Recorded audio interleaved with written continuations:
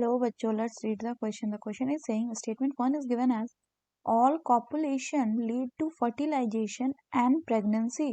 Statement 2 है fertilization is possible only if ovum and sperm are transported simultaneously to the ampullary region.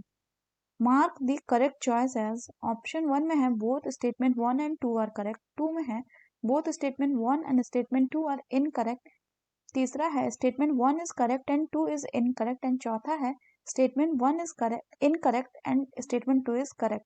तो आइए देखते हैं इसका की कंसेप्ट। तो अगर हम बात करें इसके की कंसेप्ट की, तो बच्चों इसका की कंसेप्ट हो जाएगा फर्टिलाइजेशन। सो अगर हम बात करें कि what is fertilisation, so fertilisation is the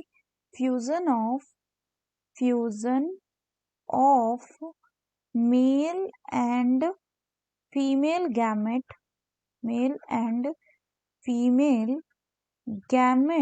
form the zygote। तो होता क्या है कि मान लीजिए ये है आपका sperm, what is this is sperm, और स्पर्म हो गया हैप्लॉइड। ये फर्टिलाइज करता है किसके साथ, ओवा के साथ, ये हो गया ओवा, ये भी हो गया हैप्लॉइड, और ये दोनों मिलके फर्टिलाइज करके क्या बनाते हैं, दे फॉर्म दी जाइगोट। ये जाइगोट कैसा होता है 2n, ये क्या है जाइगोट। इसी प्रोसेस को क्या कहा जाता है, this process is what called as fertilisation. और अगर बात करें ये फर्टिलाइजेशन कहाँ होता है, तो ये ओविडक्ट के यानी फैलोपियन ट्यूब के एम्प्यूला रीजन में होता है, एम्प्यूला रीजन में, और इसके लिए स्पर्म और एग दोनों को एम्प्यूलर रीजन में पहुंचना जरूरी है।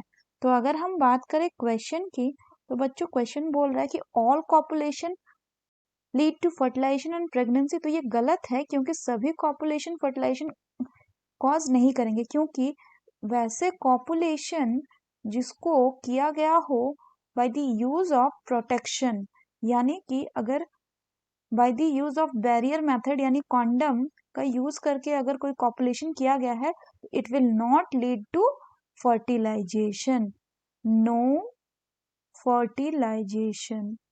सिर्फ यही एक कारण नहीं है, इसके अलावा कई बार और भी बहुत सारे कारण हो सकते हैं, जैसे कि मान लीजिए कुछ ऐसा हो गया कि जो स्पर्म है वो पहुंच नहीं पाया एम्पुलर रीजन के पास, या जो एग ओव्यूलेशन हुआ वो टाइमली नहीं हो पाया, तो इसलिए भी फर्टिलाइजेशन नहीं हो सकता। यानी कि पहला स्टेटमेंट गलत हो गया कि all copulation can not lead to fertilisation and pregnancy. दूसरा बोल रहा है fertilisation is possible only if, अगर ओवम एंड स्पर्म जो है वो साइमल्टेनियसली यानी एक साथ एम्पुलरी रीजन में ट्रांसपोर्ट हो।